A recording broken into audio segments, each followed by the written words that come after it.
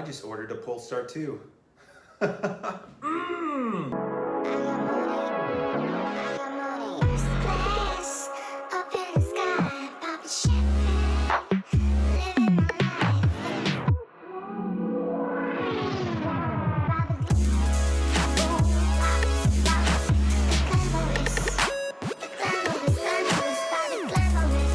Hey y'all, Joshua Jenkins here. Here's the deal. I've been obsessed with cars since I was a teenager. We grew up really poor. We always drove hoopties, if you know what a hoopty is.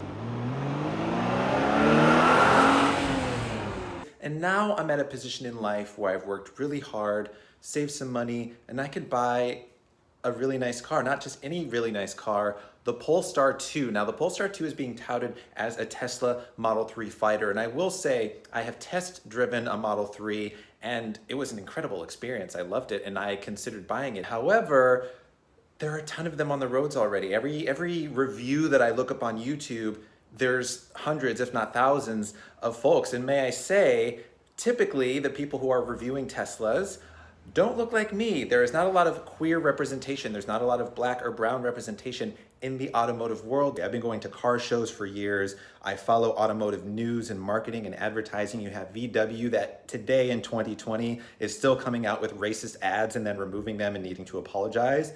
I follow a lot of automotive publications. A few of them have put a black square in solidarity of black folks and racism against black folks specifically, and then go back to their regular life. There's only been one publication who's even called out a will to change, and that is Autoblog. And even Autoblog's post about acknowledging racism and standing in solidarity isn't necessarily or specifically calling out the industry as a whole and how racist and how they haven't represented people like me, not only, again, black people or people of color, but queer people in decades, since the beginning of this time. So I'm really hoping that me being a queer person of color who came from nothing, who came from food stamps and Section 8 housing, who's worked his ass off to get to where I am today, and now I'm buying my first electric car that MSRPs for $75,000. So I really hope that people watching this, especially people like me who are underrepresented, feel inspired, want to work hard, are working hard, and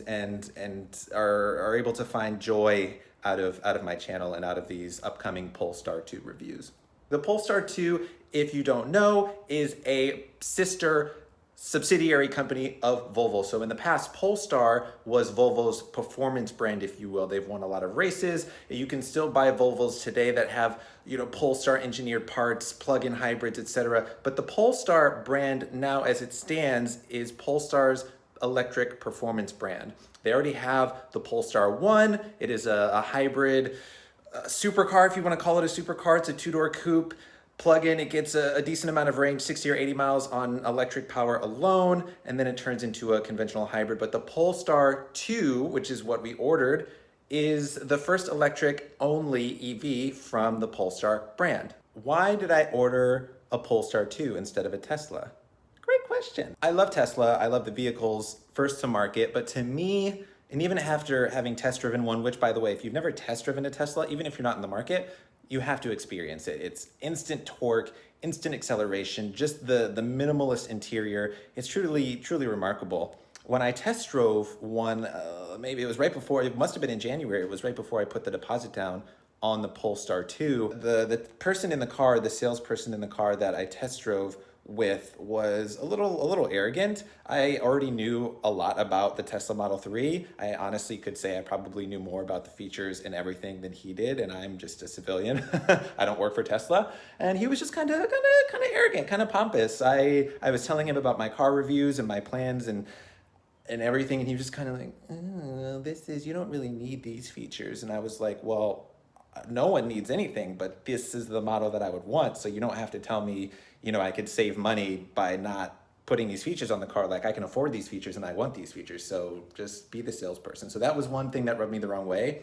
The second thing is just aesthetics, right? I love the Tesla Model 3. The trunk, for example, isn't automatic. If I'm going to pay $60,000 for a car and the trunk isn't electric, to me, that's kind of a miss. Another thing that's a miss, paint and quality issues. If you go online and just search Tesla Model 3 or even Tesla Model Y, I was in the market for a Model Y, And the quality issues for a $60,000+ car, if I were to order a Tesla and I received it and there were paint issues, panel gaps, I would be furious. And I've seen a lot of people who have had to go through that. And even though I will prop Tesla that they've been pretty quick, it seems, about repairing and taking the cars back and fixing it and doing their best. If I'm paying 60,000+ for a car, it shouldn't be a thing. No.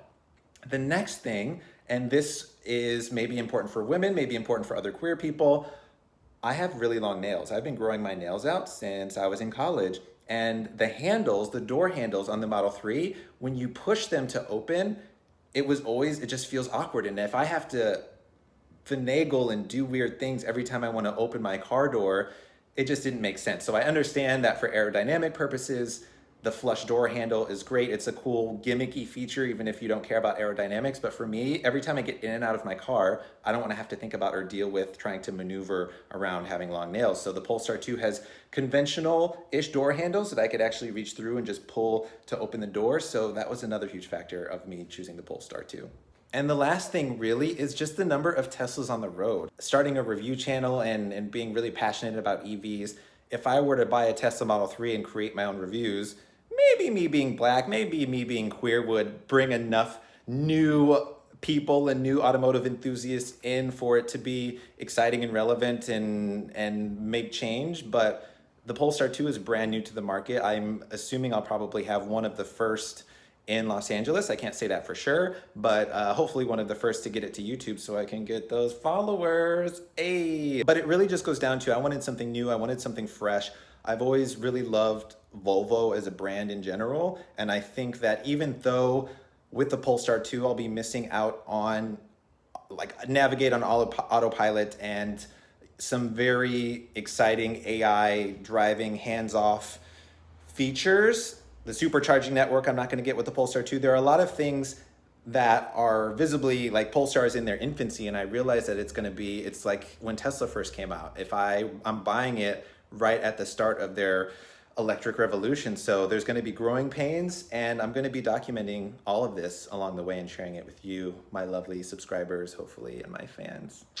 So first off, let's talk about the configuration. Now, excuse me, when I ordered it at first, I had to get the $5,000 performance pack. Now, the $5,000 performance pack comes with the upgraded 20-inch wheels, gold seat belts, Öhlins dampers, gold caps on the wheels. Am I missing anything? I think that's it. I also added the $4,000 ventilated seat package with leather seats, black paint. I think those were the only upgrades that I had. Yes. Now my configuration has Thunder paint, which is a $1,200 cost. The only paint Polestar offers on the Polestar 2 that doesn't cost $1,200 is Void, which is the black color, which was my original color. But after seeing Thunder, it's like this very intense grayish, bluish type of hue. And for $1,200, it looks gorgeous. So I had to go with that. I actually took off the $4,000 ventilated leather seating package.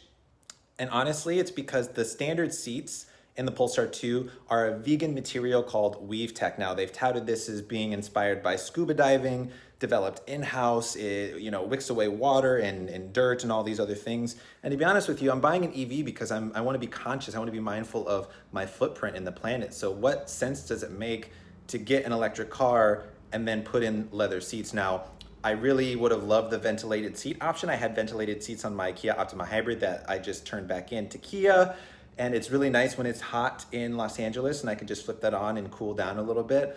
But for $4,000, maybe if it was $2,000 or something, I would have considered it. But for $4,000 just for ventilated and leather seats, when I get to try out this really awesome, exciting new Weave Tech vegan material for free, that's standard on the price, I'm gonna go with the vegan seats. So here's my final configuration. Again, it's the launch edition, so it's $59,900 to start, $1,200 for the paint, $5,000 for the performance package, brings the total up to $66,100. Now there's a $1,300, I believe, destination fee, which brings it up to $67,400. Now, This vehicle under Polestar is still eligible for the federal $7,500 credit, as well as another $2,000 incentive from the state of California. So I am leasing. I prefer leasing just because in 2 years, there might be something else new.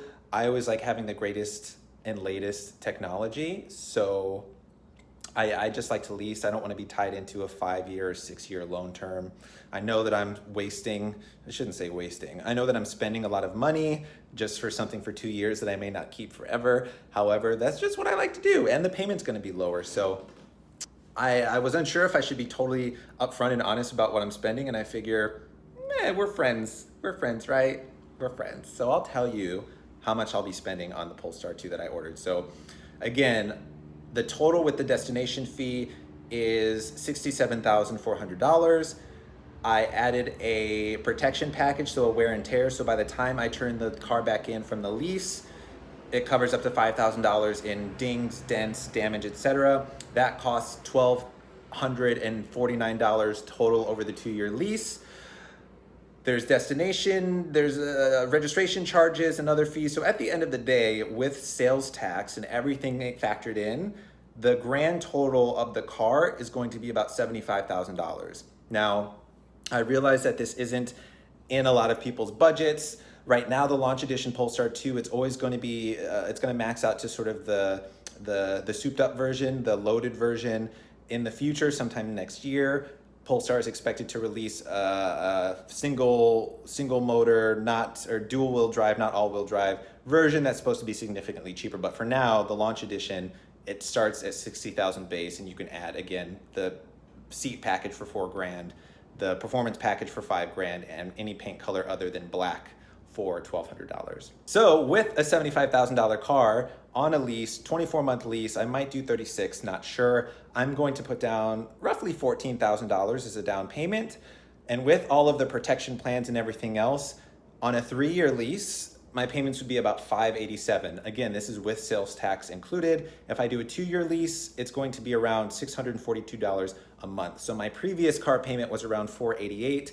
And while you might be thinking, you paid $488 a month for a Kia Optima, yes, it was a hybrid, it was loaded. It was honestly a great car. I never really had any issues with it. So, it's tough to sort of sacrifice the panoramic roof and some other things, ventilated front seats that I won't be getting with the Polestar 2. However, again, this is an EV revolution, baby, and sometimes you have to make sacrifices. Now that the car's ordered, I really just have to wait. I mentioned earlier when I first placed the order, it said that delivery was scheduled for August, which was a month ahead of schedule. Originally, it was September. Within the past day, it's already gone down to September from August. So we're gonna have to see if this changes. I'll keep you posted.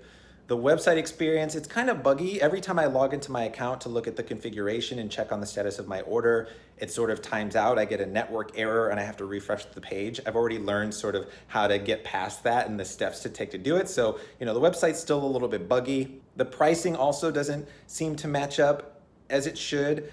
It's basically showing me a total price of $75,000, and there's a checkbox for sales tax. And when I check that, it goes up more, which that shouldn't happen because with sales tax, it should be around $75,000. Overall, the experience has been super easy. They're opening up a Polestar space, essentially a Polestar store in Los Angeles pretty soon, where you'll be able to test drive, pick up the car, check out their spaces, etc. So I'm going to keep track of all of this, and I'll keep you informed. Ta-ta for now.